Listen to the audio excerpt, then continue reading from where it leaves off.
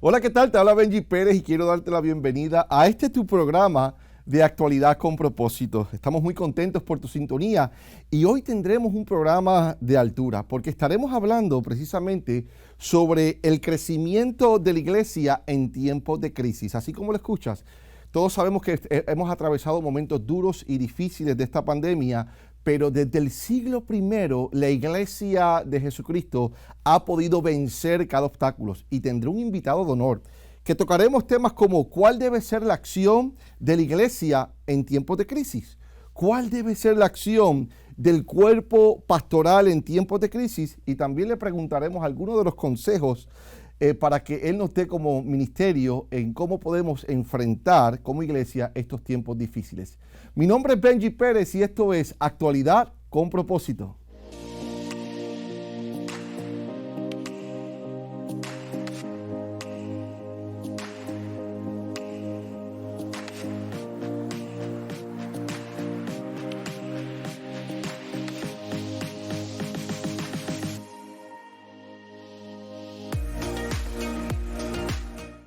Qué bueno que estás con nosotros en este tu programa de Actualidad con Propósito y quiero presentarte a un gran invitado de honor de aquí de la ciudad, o mejor dicho, del sur de la Florida, al pastor Pedro Villegas. Pero ¿sabes qué? Pastor Pedro Villegas nació en Bogotá, Colombia, y a los 23 años viene a los pies de Cristo. Luego el Señor lo trae hasta la Ciudad del Sol, hasta Miami, Florida, en donde hoy es el fundador de la iglesia Full Life junto a su esposa, la pastora Ana. Y qué mejor que tenerlo a él para que hablemos sobre el crecimiento de la iglesia en tiempos de crisis. Pastor, qué gusto tenerlo en Actualidad con Propósito. ¿Cómo se encuentra en el día de hoy? Muy bien, Benji, pues muy honrado de poder estar acá con ustedes compartiendo. Muchísimas gracias por la invitación. No, para nosotros es un honor verdaderamente tenerte con nosotros. Sabes que estaba leyendo tu biografía. Interesante porque de profesión trabajabas en lo que era diseñador y multimedia, ¿verdad? De repente en tus estudios jamás y nunca pensaste que ibas a ser un pastor, ¿verdad? O que Dios te llamara al pastorado, porque es a los 23 años que realmente hay un cambio en tu vida. Cuéntame un poco de eso. Bueno, la verdad, sí, yo no crecí en ningún entorno cristiano. De hecho, sí, poco sabía acerca del cristianismo. Crecí en un hogar muy pudiente, donde mis papás tenían buen dinero y crecí como un niño, como se podría decir, un niño de papi, teniendo acceso a muchas cosas. Entonces, si me hubieran dicho que yo iba a ser pastor, nunca lo hubiera creído porque mi vida era contraria, totalmente contraria a lo que es ser un pastor, o ser cristiano. Pero a los 23 años conocí al Señor Jesucristo debido a una situación, como yo digo, hay veces que no es en el momento en el que el sol brilla sobre nuestras vidas que nosotros buscamos a Dios, sino justamente estaba pasando por una etapa difícil en la cual tenía una novia y a quien amaba, pues amaba mucho, muy enamorado, y ella cae enferma. Ella cae muy, muy enferma, le dio un bipolarismo y desorden de personalidad, me tocó ver cómo se intentó quitar su vida. Wow. Y en ese momento, cuando yo veo toda esa situación, lo que pasa, me lleva a mí como que eso me rompe la burbuja en la cual yo vivía.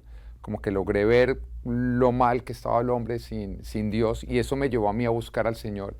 Y cuando lo busqué, me logré encontrar con Él y la verdad es que me enamoré del Señor Jesucristo de una manera tan impresionante que ya dije, no, Señor, sabes que no solamente quiero ser hijo, sino que quiero estar en los negocios de la familia, quiero ser pastor, quiero estar de lleno en la iglesia.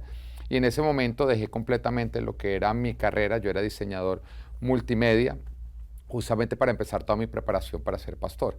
Aunque inicialmente estuve en el campo, estuve trabajando en la industria, fui gerente de mercadeo y gerente de marca de una empresa muy grande, de una multinacional. Estuve trabajando, pero siempre en mi corazón sabiendo que mi llamado era el de ser pastor y que en el momento dado el Señor me iba a llamar y iba a tener que dejar todo eso atrás porque sí, realmente sabía que Dios me había creado justamente para estar trabajando dentro de su iglesia. Sin duda, a veces pensamos que buscamos del Señor cuando no lo tenemos, cuando no tenemos nada. Y comentabas que venías de una familia pudiente, una familia muy bien posicionada en la capital de Colombia. Pero cuando tienes este encuentro con el Señor, no tan solo Dios transforma tu vida, pero sino da un propósito o da un llamado a tu vida. Y da lo que es el llamado al pastorado. Llegas a la Ciudad del Sol, llegas al sur de la Florida. Cuéntanos un poco cómo es que son tus pasos rumbo hacia lo que más adelante estaremos hablando, que es hoy día lo que es Full Life, y cómo a través de una crisis que fue la pandemia, Dios ha bendecido tu vida de manera poderosa, tanto a ti como a tu esposa Ana, la pastora Ana, y cómo han influenciado tanto a la comunidad. So, háblame un poco de cómo fue esa transición de Bogotá a Miami. Bueno, como te contaba, conozco al Señor, de hecho lo conozco en Canadá, termino mi carrera, llego a Colombia, empiezo toda la preparación pastoral que duró un buen tiempo. Durante ese tiempo estuve trabajando en la industria, como te contaba. Ahí me caso con mi esposa Ana María, que de hecho fue la persona que me compartió a mí el Evangelio. Wow. Yo vivía en Canadá, ella en Colombia, y en una ida a visitar mi familia en Colombia me la encuentro en el aeropuerto. Ella fue mi primera novia, pero pues una novia 8 años atrás, nos habíamos dejado de ver, nos encontramos en el aeropuerto, intercambiamos teléfonos, un día la invito a cenar y ahí me comparte el Señor, yo le entrego mi corazón, me voy a Canadá, vivo todo este suceso que te acabo de escribir, de esta persona que vive esta enfermedad. Ahí conozco al Señor, me enamoro de Él y vuelvo a Colombia ya sabiendo que voy a ser pastor.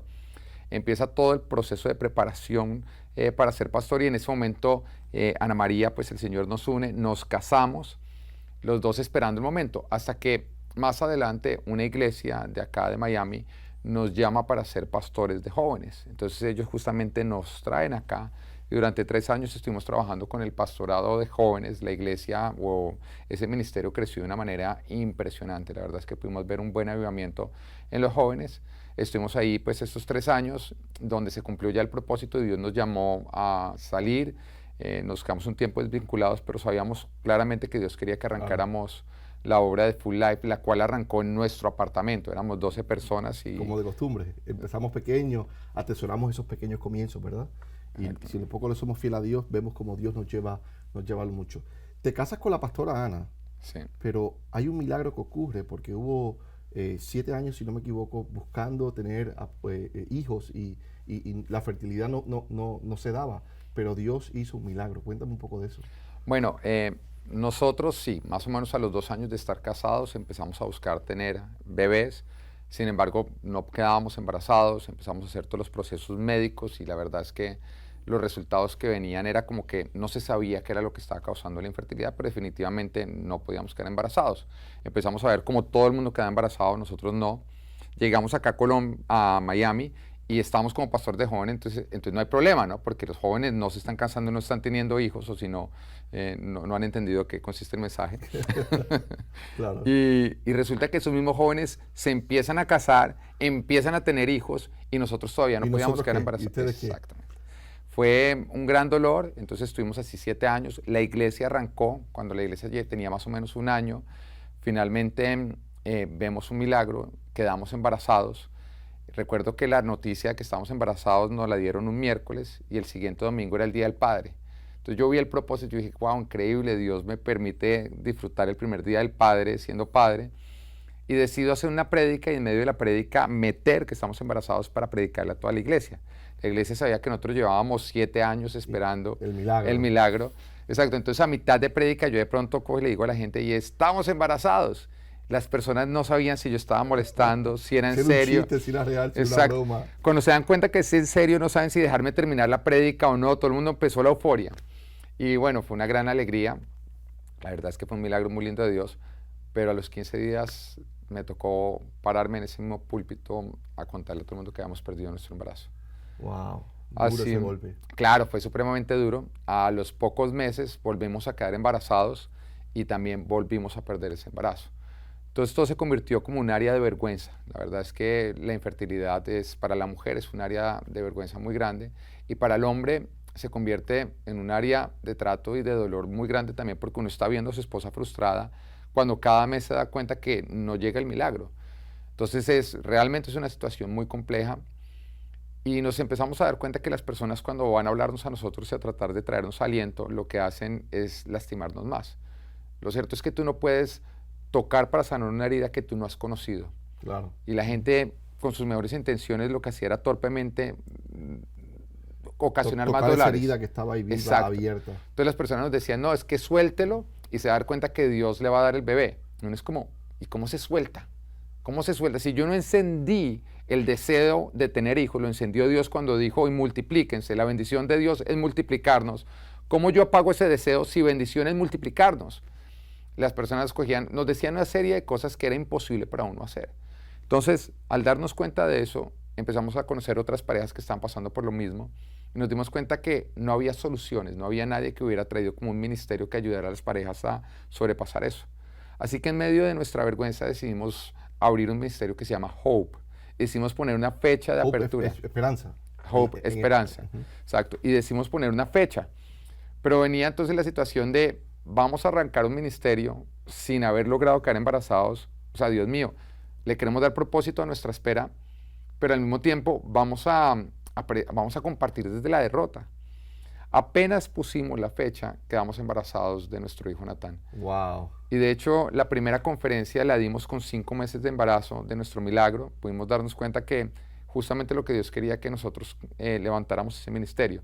Ahora, no solamente ocurrió eso, sino que en la iglesia el Señor desató una unción que empezó a abrir todos los vientres. Y todas las mujeres que estaban pasando por infertilidad empezaron a quedar embarazadas. Wow, qué bendición. De hecho, yo podría decir que más del 90 y pico % de las mujeres que tomaron el seminario ya tienen sus bebés.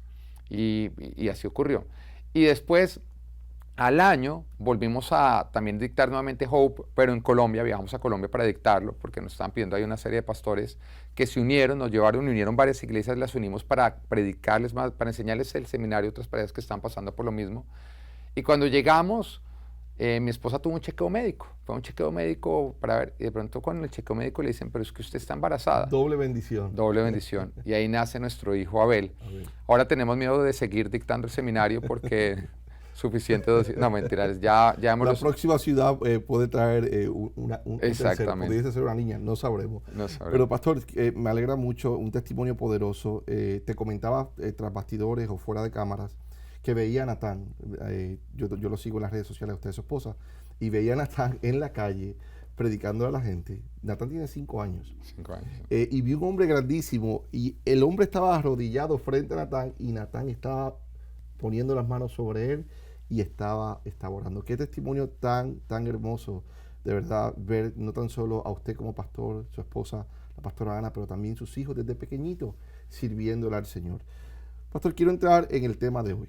Y el tema de hoy, estamos hablando sobre el crecimiento de la iglesia en tiempos de crisis. Sin duda sabemos que hemos pasado ya casi más de 1 año y medio en lo que ha sido la pandemia, las crisis, y hemos escuchado tantos testimonios de iglesias que a pesar de la pandemia han podido continuar reinventándose, creciendo dentro de sus comunidades. Y la iglesia Full Life no ha sido la excepción. Dios te dio la oportunidad de tener un templo hermoso que lo construyes durante un tiempo de pandemia. Eso es lo que a mí me vuela la cabeza, como es el Señor, ¿verdad? Porque pudiéramos decir que el pastor Pedro y su esposa tenían la perfecta excusa para decir, no podemos continuar, hay que detenernos. Pero no fue así. Construyeron y Dios les dio la oportunidad recientemente de inaugurar ese templo tan hermoso y hay cientos de personas hoy se congregan. Pastor, la primera pregunta que te quiero hacer, ¿cuál debe ser la acción de la iglesia en tiempos de crisis? Hay un gran predicador que yo escucho que decía, cuando hay lágrimas o cuando hay dolor, hacemos 2 cosas, o nos sentamos a llorar o nos sentamos a hacer pañuelos, ¿verdad? Para poder brindarle a aquellas personas que están pasando con tristeza y podamos continuar. En otras palabras, reinventarnos y continuar. Y la pregunta directa que te hago, ¿cuál debe ser la acción de la iglesia en los tiempos de crisis? Bueno, yo creo que la iglesia tenemos una misión que no cambia si estamos en crisis o no estamos en crisis. El Señor Jesucristo fue muy claro de decirnos que nosotros tenemos que estar predicando las buenas nuevas, haciendo discípulos y amando. Son cosas que la iglesia nunca puede parar de hacer. Yo creo que en eso nos debemos concentrar y fue exactamente lo que nosotros decidimos hacer. Yo veía a otros pastores que se concentraron más bien en el futuro, en qué es lo que va a ocurrir, qué es lo que tenemos que hacer para que esto cambie, y siempre pensando en el futuro. Y de hecho a mí me llamaban pastores, el Señor que te ha mostrado que cuándo va a terminar esto y cómo va a terminar. Y yo veo que de pronto es el mismo error que cometían los discípulos cuando el Señor hablaba, que decía, ¿y cuándo va a ocurrir esto? ¿Y cuándo va a ocurrir? El Señor no les dice cuándo va a ocurrir, el Señor les dice qué tienen que estar haciendo ellos durante ese tiempo hasta que ocurra. Y el Señor siempre quiere concentrarnos a nosotros en el presente, que es cuando nosotros tenemos que estar construyendo y no en el futuro. Entonces lo primero que yo por lo menos recibí de parte de Dios es, no le revelé a nadie que iba a ocurrir la pandemia. porque la verdad es que esto no lo profetizó nadie, nadie sabía lo que tocaba hacer, nadie sabía cómo se iba a solucionar y de hecho todavía no lo sabemos. Entonces, en vez de ocuparte en el futuro, ocúpate del presente. Y el presente era, o cómo me ocupaba, haciendo lo mismo que él nos dijo, predicando las buenas nuevas. En ese instante, lo primero que nosotros hicimos fue, tenemos que continuar predicando las buenas nuevas. Lógicamente, sí, un momento en que todos nos guardamos mientras que entendíamos qué era o cuál manera, de qué manera lo podíamos hacer segura. Entonces empezamos a focalizar toda la iglesia en todo lo que es la transmisión en vivo. Pero también lo hicimos en todos los ministerios. Nosotros no paramos nunca de predicar ni a la iglesia grande, ni tampoco iglesia infantil. De hecho, en ese momento nosotros creamos un programa de iglesia infantil que llegó a ser tan bueno y tan exitoso que también nos invitaron a un programa, invitaron a mi esposa, que es la que está encargada de iglesia infantil, justamente para hablar de este programa porque había causado gran impresión. Invitaron 3 iglesias para hablar de ese programa. La primera de ellas era El Lugar de Su Presencia, que es una de las iglesias que más impacta en todo lo que es Latinoamérica. Lakewood, que es una de las iglesias que más impacta en Estados Unidos. Y Full Life, para hablar sobre lo que habían hecho, los programas que habían creado justamente en este tiempo de crisis. Entonces nosotros nos enfocamos en que teníamos que seguir predicando las buenas nuevas. Mientras que entendíamos cómo era que podíamos abrir de una manera segura, lo hicimos así. Pero en el instante en que entendimos cómo lo podíamos hacer de una manera segura, ahí mismo abrimos. Y fuimos de las primeras iglesias que abrieron. De hecho, mucha gente nos criticó por abrir, pero nosotros no perdimos membresía. De hecho, nosotros nos doblamos en miembros durante el tiempo de pandemia.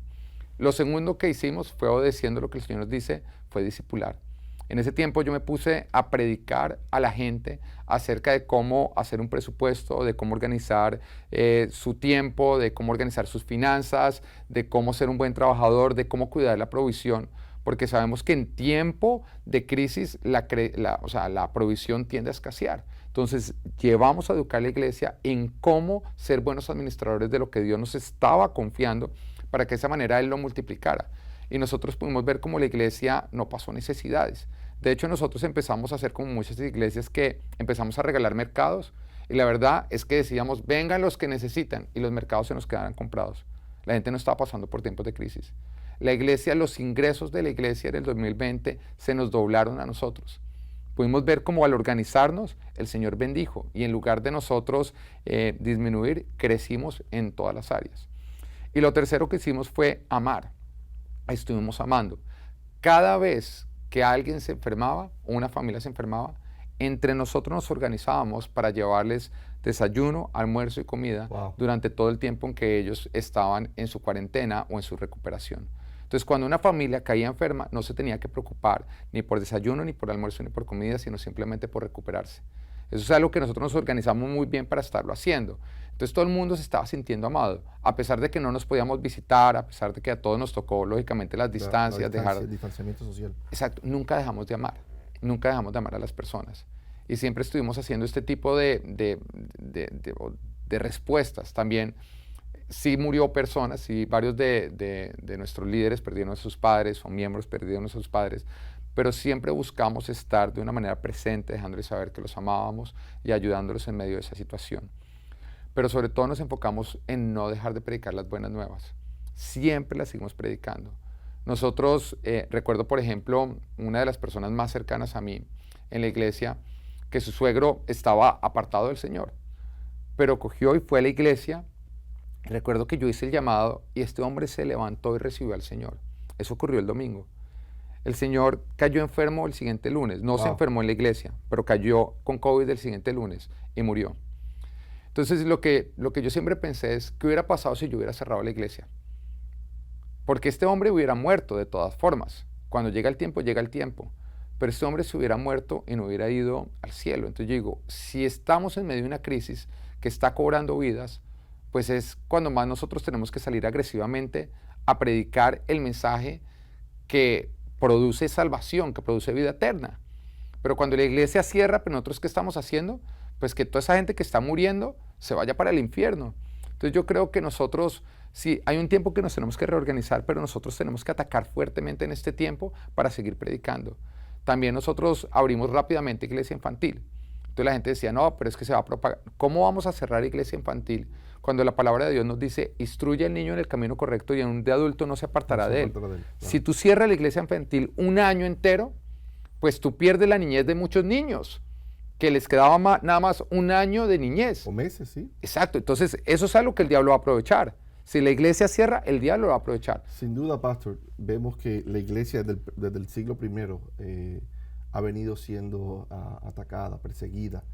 Y la iglesia primitiva lo que hizo fue continuar en marcha, empujando, caminando, marchando. Me llama la atención mucho que me hablas y me dices, vivamos un día a la vez. Creo que muchas personas vivían, ¿qué va a pasar mañana? Se comenzaron a informar más de las noticias, del comentario de la calle, y lo que hacía era que cargaba más sus mentes. Pastor, te pregunto, ahora, hablamos sobre cuál debe ser la acción de la iglesia, y me llevo en resumen, amar. Me llevo en resumen es amar al prójimo como uno mismo, porque definitivamente preocuparte de que comiesen, desayunasen, almorzaran y tuviesen cena, y no dejar de que los servicios se continuiesen transmitiendo, habla definitivamente del amor de Dios. Ahora bien, ¿cuál debe ser la acción del cuerpo pastoral en tiempos de crisis? Ya aprendimos, ya tenemos cierta experiencia. Si esta crisis, y estamos hablando aquí en Actualidad con Propósito, si estás sintonizado, crecimiento de la iglesia en tiempos de crisis. Si esta crisis llegase, o esta pandemia llegase a agudizarse, ¿cuál debería ser la acción del cuerpo pastoral en estos tiempos? Bueno, nosotros somos pastores porque el Señor nos ha establecido a nosotros como líderes. Y yo creo que nosotros tenemos que entender eso, porque yo creo que por falta de liderazgo muchas iglesias se están cerrando y hayan dejado de avanzar. Un pastor tiene que ser un líder. Cuando nosotros miramos bíblicamente hablando, siempre que el Señor levantaba un sacerdote, levantaba una autoridad, era con el propósito de liderar. Y liderar es ser cabeza, que justamente lo que hace es guiar al cuerpo, que el cuerpo no colapse. Ahora, cuando la cabeza colapsa, ¿qué pasa con el cuerpo? Colapsa. Claro. Entonces, nosotros no hay dirección. Exacto. Nosotros como pastores estamos llamados a no perder la cabeza, a no colapsar. Nunca la cabeza. El día que yo acepto ser líder, yo renuncio a mi derecho de colapsar. El día que yo me casé con mi esposa, yo renuncié a mi derecho de colapsar. Porque si yo colapso, mi matrimonio colapsa. Si yo colapso, mi familia colapsa. Lo mismo ocurre cuando yo acepto ser la cabeza o acepto ser el pastor de la iglesia. Entendiendo lógicamente que el verdadero pastor es el Señor y que la verdadera cabeza es Él.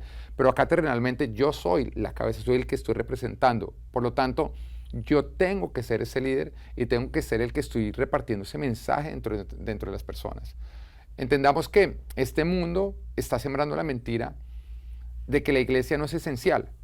Entonces salió y se dijo, lo único que puede estar abierto es lo que es esencial. Entonces es esencial la construcción, esencial es Home Depot, esencial es el mercado, esencial es salir a hacer deporte. Entretenimiento. Exacto, pero la iglesia no. Eso es una mentira. La iglesia es más esencial que todo lo demás.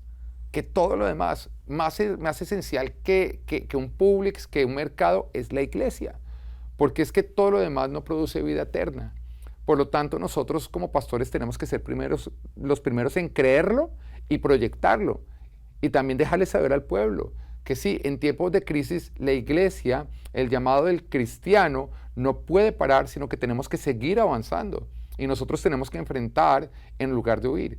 Como tú le decías, la primera iglesia primitiva también enfrentó las mismas amenazas. Claro. A los apóstoles decían, les queda prohibido predicar del tema, pero váyanse para sus casas y dejen de predicar. Ellos se levantaban y decían, mira, es que antes de obedecer al hombre, obedezco a Dios. Claro. Y eso es algo que tenemos que entender. Un cristiano solamente está llamado a sujetarse a una autoridad cuando esa autoridad está sujeta a Dios. De resto no. Entonces, nosotros debemos hacer lo mismo. Esta fue la amenaza que nos tocó. ¿Qué hubiera pasado si también los apóstoles hubieran dicho, mira, está muy peligroso, pueden correr riesgo nuestras vidas, dejemos de predicar? Pues que la iglesia hubiera frenado. Llegó nuestro tiempo de entender que, oiga, si tomemos medidas correctas, no que también causen pánico, porque hay ciertos lugares que toman tantas medidas que cuando la gente entra a las iglesias, en lugar de sentir paz, sienten miedo. Porque muchas veces es más fácil entrar a la Casa Blanca que entrar a la iglesia. No, tampoco pueden ser tantas medidas. Toma medidas sencillas, donde haya un distanciamiento, donde de pronto haya una manera de entrar y de salir rápidamente, donde no se acumulen las personas, donde de pronto haya una zona de máscaras y otra no de máscaras. Nosotros tomamos todas esas medidas. Pero nosotros como pastores tenemos que ser los primeros en dar el ejemplo para que no reine el miedo, para que no reine la confusión, para que nosotros sigamos caminando de acuerdo a la fe y de acuerdo a los principios bíblicos. La palabra de Dios no cambia en tiempos de crisis, sigue siendo la misma, sigue diciendo la palabra de Dios, no dejen de congregarse como lo hacen algunos, no debemos dejar de congregarnos. Ahora, cuando nosotros lo creemos, pues, y lo vivimos, el mismo pueblo lo va a empezar a ver. El pueblo sigue lo que ve que su líder está haciendo. Claro. No, y eso me lleva al consejo que quiero que le hables al pueblo. ¿Ok? Verdaderamente la Biblia dice que el cielo sufre violencia y solamente los valientes lo arrebatan. Si vemos el mundo, está patas arriba, digo yo. Lo malo lo llaman bueno. Predicar del Evangelio de Jesucristo en muchos países te cuesta la vida. Vemos guerras, terremotos, estamos viendo tanto que está ocurriendo y la iglesia, consideras las ovejas de la iglesia, consideras que están andando en temor o hay un remanente que dice no, vamos a caminar, vamos a congregarnos, vamos a continuar discipulando, vamos a continuar sirviendo en el templo? ¿Cómo ves la situación actual sobre la iglesia? Bueno, yo creo que yo no puedo hablar de la iglesia, tengo que hablar sobre congregaciones. Claro. Yo veo que hay ciertas congregaciones donde tú entras y la gente tiene fe, tiene confianza, si se toman medidas de precaución, pero hay fe y hay confianza, hay tranquilidad, se sabe que Dios tiene el control de todo. Mientras que hay otras donde hay pánico. Entonces, pues justamente lo que yo creo que es que nosotros tenemos que decidir cuál de las dos vamos a hacer. Nosotros podemos derramar pánico y miedo y temor sobre nuestras ovejas, o nosotros podemos predicar esa confianza. Mira, nosotros porque abrimos, muy sencillo. Yo me di cuenta que lo que era la iglesia online durante un tiempo funcionó. Y la gente se metía y nosotros crecimos en el número de views y la gente estaba siguiéndonos de todos lugares. Vi personas que se convertían de otras partes del mundo y me empezaron a llamar y nos empezaron a buscar. Vi crecimiento. Pero después empecé a ver cómo eso empezó a bajar. Al principio todo el mundo, cuando empezó a ocurrir todo esto, como no podían salir a la calle, una manera de salir a la calle era internet, de estar en contacto con todo el mundo, y era una buena oportunidad para nosotros alcanzar a la gente. Pero eso ya pasó, y ya de hecho ese boom empezó a bajar. Entonces yo tengo que reaccionar y en ese momento volver a salir de acuerdo a lo que la gente está buscando. La gente necesita la presencia de Dios. Tú puedes transmitir online un mensaje, pero tú no puedes transmitir online la presencia de Dios. Es algo que esa atmósfera se crea en la iglesia. Cuando el pueblo empieza a alabar, Dios habita en la alabanza de su pueblo. Entonces es algo que nosotros tenemos que tener muy, pero muy presente. Excelente, pastor. Yo creo que el tiempo apremia y quiero, pastor, darte las gracias por la oportunidad de poder haber estado con nosotros en el día de hoy. Ha sido un tiempo glorioso y espectacular hablando sobre cómo Dios te trae desde tu juventud. Y hoy día el pastor Pedro Villegas junto a la pastora Ana dirigen una de las iglesias de mayor influencia en el sur de la Florida, la iglesia Full Life, que de hecho le invito a que los busquen en las redes sociales. Pastor, ¿dónde te podemos encontrar a ti y obviamente a la iglesia para que la gente pueda saber un poco más de usted? Claro que sí. En Instagram nos pueden buscar, de hecho Instagram, Facebook, todo siempre como Iglesia Full Life. También nuestro canal de YouTube es el mismo, Iglesia Full Life, todo seguido. Y el mío es Pedro Villé. Con Pedro Villé me encuentras en Facebook, me encuentras en Instagram. Y claro que sí. Y también estoy muy agradecido que nos tengas acá en este lugar y también te felicito por este programa que también es una ventana para estar hablando la verdad a todas las personas que estén importantes en este tiempo. Amén. Bueno, pastor, muchas gracias por haber estado con nosotros en Actualidad con Propósito. El privilegio ha sido nuestro, de verdad que sí. Bueno, al regresar de la pausa, el doctor Luis Roberto Piña estará hablando sobre y cerrando lo que es el crecimiento de la iglesia en tiempos de crisis. Este es su amigo y su hermano Benji Pérez y esta ha sido Actualidad con Propósito.